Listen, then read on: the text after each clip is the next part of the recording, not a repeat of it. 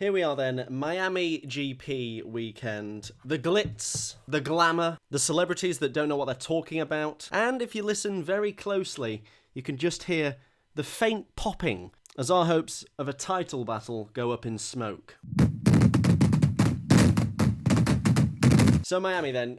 Also, if you're wondering why I didn't do a video on the Baku race, it's because it would have looked like this. Hello and welcome to my look at all the talking points from the Baku Grand Prix weekend. I think we've covered everything there. Thank you very much for watching. Please like, subscribe, and I'll see you next time. So we arrived at Miami then, and thankfully, after the race last season, they have made wholesale changes to the track. It did produce one of the absolute snorefests of 2022, but, you know, if that race had been this season, then it would have been one of the best. So what did they do in terms of changes? Well, they did actually put the paddock in the NFL stadium. I mean, I really thought that was a joke, to be honest, but no, they did actually go ahead with that one. In terms of the actual track, though, they actually bulldozed all of it and turned it into Albert Park. At least that's what the official F1 account seemed to think is what happened. It did briefly get my hopes up, but then it turned out it was just a mistake. I also thought that Lando Norris and Logan Sargent as the fastest two drivers must also be a mistake, but that bit turned out to be true. Seriously though, how does that happen? Do the F1 admins even watch F1? Surely at some point during the process of that being posted, someone would have flagged, oh, by the way, that's Albert Park, not Miami. Thankfully, though, they did get rid of the fake water from last year's race.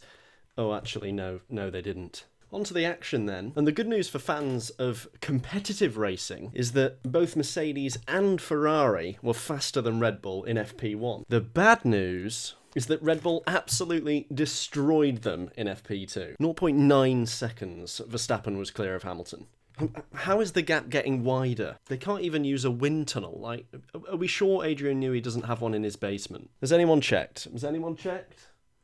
No, there's no one there. Just a terrible pair of curtains. On to qualifying then, and it was nice of Leclerc to sacrifice himself so that Verstappen was caught in P9 for the race, despite, you know, the Red Bull clearly being the best car. I've actually done some calculations and I've been able to work out exactly where the Red Bull is the quickest car, everywhere. But seriously, I looked through the speed trap information, and they were 4 kilometers quicker at the end of the back straight. What is their DRS? Are we sure it's just a letterbox opening and not like the entire wing falling off, or that it wasn't, you know, engineered by aliens? All I'm saying is, you know, I've never seen Adrian Newey and ET in the same room. Oh, actually, how did Logan Sargent do in qualifying for his home race? 20th. On to race day then, and yet more bait from the F1 official Twitter account. Do they honestly think that Pierre Gasly or Kevin Magnussen had a chance at winning this Grand Prix? I mean, do they actually watch F1? Do the admins watch F1? I'm not sure they do.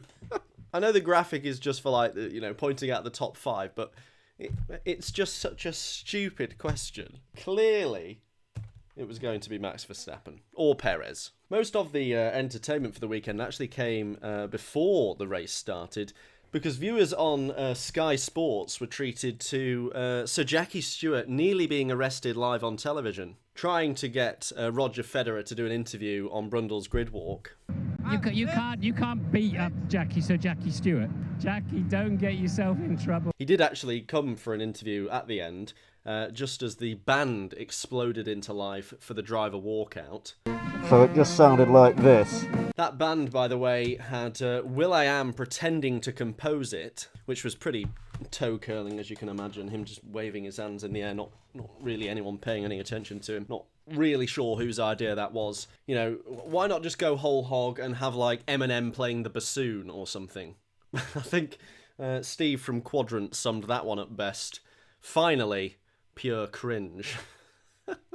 So the race got underway then, and the question was, how many laps would it take for Max Verstappen to get to second? Oh, it's happened already. 14.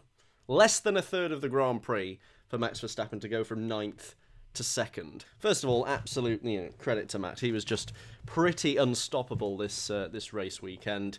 But we could be on for an entire season here where only one team wins every single Grand Prix, which has never happened before. The closest we've come, actually, is, I think, 1988, when McLaren won all apart from one race.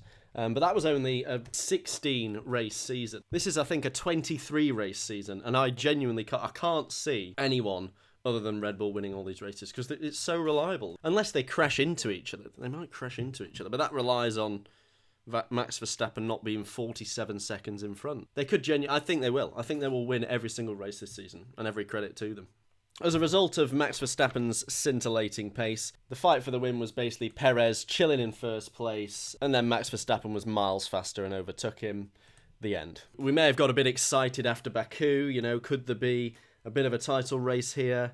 Perez, was the faster driver across that weekend, but no. But without a title race, let's look at some reasons to be optimistic heading into the next few races. First of all, Mercedes are bringing some upgrades to the next race. I have to say, though, unless that upgrade is a Red Bull, I think they're still going to be miles behind. A second reason to be optimistic, though... Oh, I couldn't think of one. Sorry. In fact, what are the next races? What's coming up next on the calendar? Monza, not great for overtaking. Then Monaco, then Spain. Oh, God! Okay, it doesn't look like we're set for the greatest few races upcoming. If the previous four, other than the great red flagging bonanza of 2023 at Australia, we really have been struggling for drama, and that doesn't look like it's going to change anytime soon. I'm actually busy the weekend of the Monaco GP, so there won't be a video on that one. I've got an appointment watching grass grow. Further down the grid, though, no, I haven't forgotten about the Ferrari Ls. Well, we had the qualifying one, but then Carlos Sainz thought he'd joined the club, felt a bit left out, so decided to get done for a pit lane speeding penalty. Absolute rookie mistake. But in Carlos Sainz's defence, I would take that penalty a lot more seriously if half the paddock wasn't in the pit lane just 2 weeks ago in Baku, when Ocon was pitting on the final lap. It really feels like one side here isn't really keeping the standard, and it's not the drivers. Oscar Piastri was 19th place, struggling with a long brake pedal, and the World Feed Director thought that James Marsden was Roger Federer. Here's my little guide, just for any future TV directors. Overall then, it's another meh on the banger race-o-meter. Our key learnings from Mamma Mia: Baku can't be trusted. It turns out that Sergio Perez isn't quite at the level that we thought he was. For Carlos Sainz's benefit, the pit lane speed limit is 80 kilometers an hour. And yeah, can someone please explain a long brake pedal? That's it for this week. It does look as though I've picked a terrible season to return to making F1 videos, but we move. Thank you for watching, and I'm really glad I've just fit that in, actually. There were some time pressures, but we have got it all in, and that's